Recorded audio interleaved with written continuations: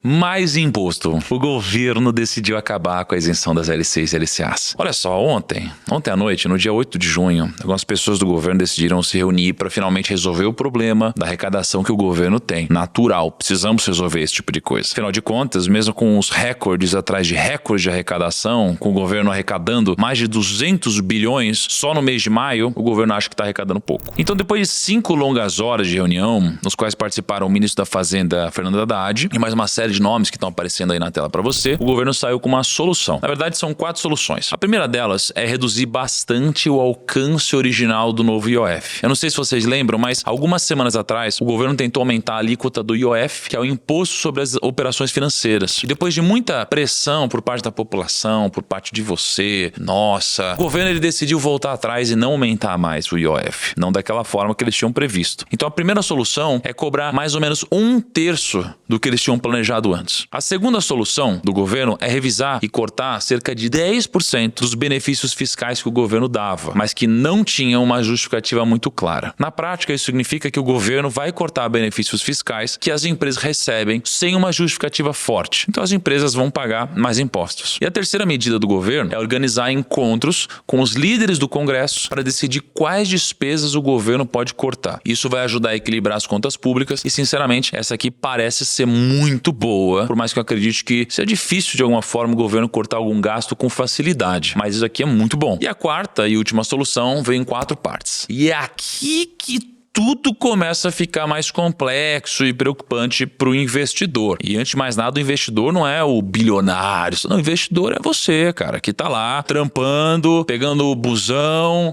dormindo tarde, 2 filhos para criar, sobra 200 conto ali no mês e você investe para sua aposentadoria, porque se depender do INSS, você não vai conseguir sobreviver no futuro, né? Não com dignidade. Aí vem outro mês, você investe mais 200 contos, 100 reais, 150, 300 reais. E então o problema tá aqui, para quem quer se aposentar bem no futuro também. E antes de eu separar essas 4 partes muito importantes do vídeo, eu quero fazer um pedido para você. Clica no botão de curtir aqui embaixo, isso é mega importante pro canal. E se inscreve aqui, porque eu tô sempre caminhando ao lado do investidor. Sempre, em todos os momentos, os bons e os ruins, tá? Vamos nessa. Primeiro, o governo quer aumentar o imposto sobre as empresas de apostas. Hoje, as bets pagam 12%. Agora elas vão começar a pagar 18%. Isso aqui é interessante até, não é? Thiago, mas você não é um cara capitalista, etc. Eu acredito nisso, né? Mas, Thiago, então você não acha que tinha que cobrar menos imposto? Eu acho que sim, de alguma forma, né? Menos imposto incentiva as coisas, mas eu não sei se essa é uma coisa que eu acho que deveria ser incentivada, sinceramente. Mas, enfim, temos um debate sobre isso, né? Segundo, o governo quer aumentar a contribuição social sobre o lucro líquido, a CSLL, de 9% para 15%. Isso é muito grande. É muito grande. Ou seja, as empresas vão pagar mais impostos sobre o lucro delas, o que significa menos dinheiro para investir, para contratar ou para dar aumento para você que é funcionário, você que é colaborador. Então, você investe numa empresa na bolsa, ela deve diminuir o resultado dela. Você é um empresário ou você é um profissional autônomo, cara, você vai talvez pagar um pouco mais de imposto aí, vai sobrar menos coisa. Já era difícil, né? E talvez sobre menos coisa. Terceiro, o governo está propondo uma alíquota fixa, presta atenção, de 17,5% para aplicações financeiras. Ou seja, se você tem lucro vendendo ações acima de 20 mil, você paga imposto de 15% sobre o lucro. Agora, esse lucro pode subir para 17,5% de tributação. Se você investe no fundo imobiliário, você paga 20% de imposto sobre o lucro. Agora, ele poderia ser um pouquinho menor, poderia ser de 17,5%. Se você aluga suas ações, a mesma coisa. Agora, seria uma alíquota única de 17,5%, ao invés de seguir a tabela regressiva. E se você investe num título de renda fixa, você pode pagar de 22,5% até 15%. Quanto mais tempo você investir, menos o imposto você pagaria, né? Como você está vendo na tela agora. Só que agora a ideia do governo é fixar em 17,5%, independente do prazo que você mantém a sua aplicação. Então é mais um desincentivo ao investidor que pensa no longo prazo, já que antes você tinha um imposto menor por investir por mais de 720 dias. E quarto, uma péssima notícia para o investidor brasileiro. A partir de agora, as LCIs e as LCAs, elas não devem mais ser isentas de imposto. Agora elas teriam uma cobrança de 5%. E isso pode ferrar completamente quem investe nesse tipo de título. título. E só lembrando ou ensinando para quem não sabe, LCI e LCA são investimentos de renda fixa que emprestam dinheiro para os bancos financiarem os imóveis ou a agricultura. E hoje, esses títulos são isentos de imposto de renda. Hoje, esse tipo de investimento é chamado de título de renda fixa incentivado, justamente porque eles recebem incentivo fiscal do governo e não tem imposto de renda. E por não ter imposto, ele acaba atraindo dinheiro para setores estratégicos de crescimento do Brasil, como a construção e o agronegócio. Então, já dando a minha sincera opinião aqui, a isenção das LCIs e LCAs não era um privilégio, era um incentivo ao crédito para o agronegócio e habitação do Brasil. E da mesma forma, essa isenção fazia o brasileiro investir no próprio crescimento do país. Mas agora, mais uma vez, o caminho escolhido pelo governo, né, o caminho um pouco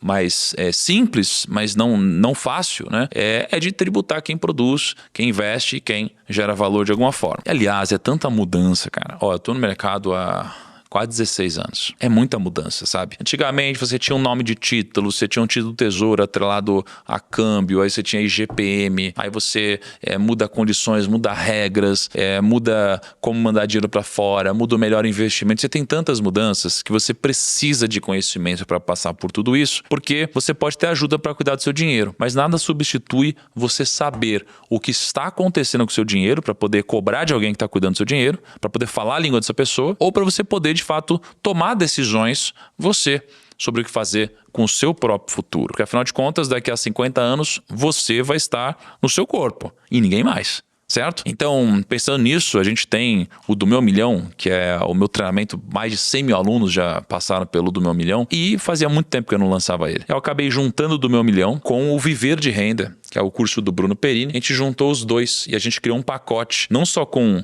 os dois, mas a gente colocou a assinatura da Finclass, carteira recomendada da Finclass, o meu livro, na verdade os meus 2 livros, o livro do Perini, uma série de coisas. São 17 coisas que a gente colocou nesse pacote e a gente trouxe numa oferta para você num preço super diferente. Então você pode se inscrever hoje, porque abrimos as inscrições hoje, 8 da manhã. E não só você pode se inscrever ganhando tudo isso, como se você se inscrever, você ganha outro acesso para você presentear quem você ama, tá? A gente abriu inscrições para o do 1000 ao Verde Renda hoje, 8 da manhã.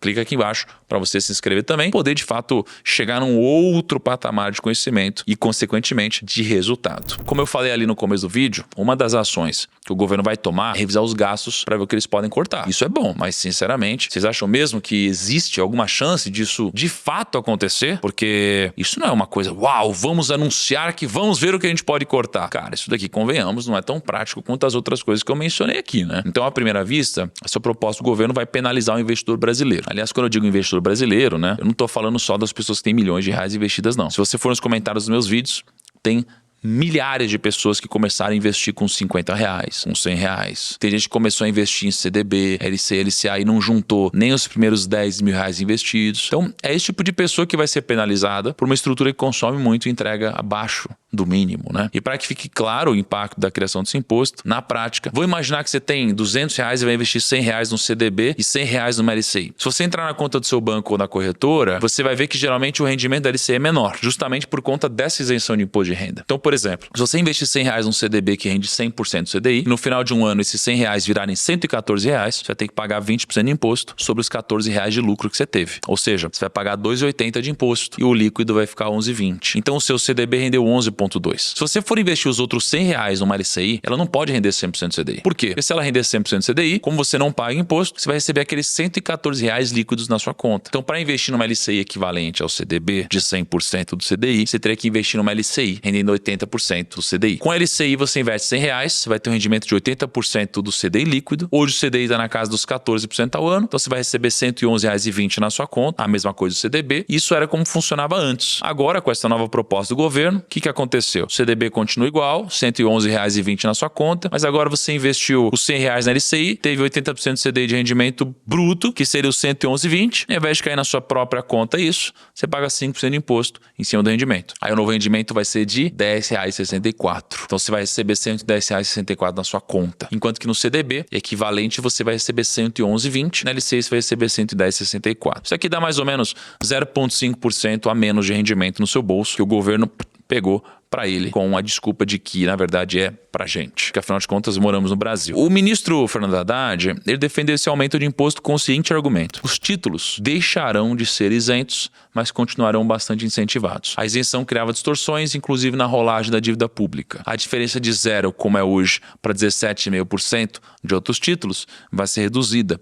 Vai ser 5%. Todos os isentos passarão a ter essa cobrança. Será que a debênture incentivada também vai ter essa cobrança? Porque ela é isenta, né? Sobre essa fala do ministro, eu quero destacar duas coisas. Primeiro, realmente esses títulos vão continuar incentivados. Enquanto você paga um imposto regressivo, investir num CDB que começa em 22,5% e vai caindo até 15%, nas LCs e LCAs você vai ter um imposto de 5%. Mas ele vai ficar menos incentivado. E aqui que entra o segundo ponto. O objetivo central das LCs e LCAs não é gerar concorrência ou equilíbrio com os outros investimentos de renda fixa. O objetivo é incentivar o direcionamento específico do crédito privado para setores estratégicos como habitação e agronegócio, que são áreas muito importantes ligadas ao crescimento econômico e geração de emprego no Brasil. Então essa alíquota de 5% que o governo está propondo pode acabar reduzindo a atratividade desses títulos e encarecendo o crédito justamente para esses setores. A consequência vai ser um menor volume de recursos destinado ao financiamento imobiliário rural, o que pode acabar elevando juros nesses setores, reduzindo investimentos produtivos, encarecer produtos e, por extensão, provocar efeitos negativos em toda a economia. Isso pode causar, no médio e longo prazo, juros mais altos para comprar sua casa própria, comida mais cara no mercado, menos emprego no campo e na construção, aluguéis mais caros e o seu dinheiro vai render menos. Deixa aqui nos comentários o que vocês acharam dessas notícias que saíram e o governo discutiu com o Congresso, deve colocar em uma medida provisória, uma MP, todas essas alterações no imposto de renda, mas só porque foi anunciada, a MP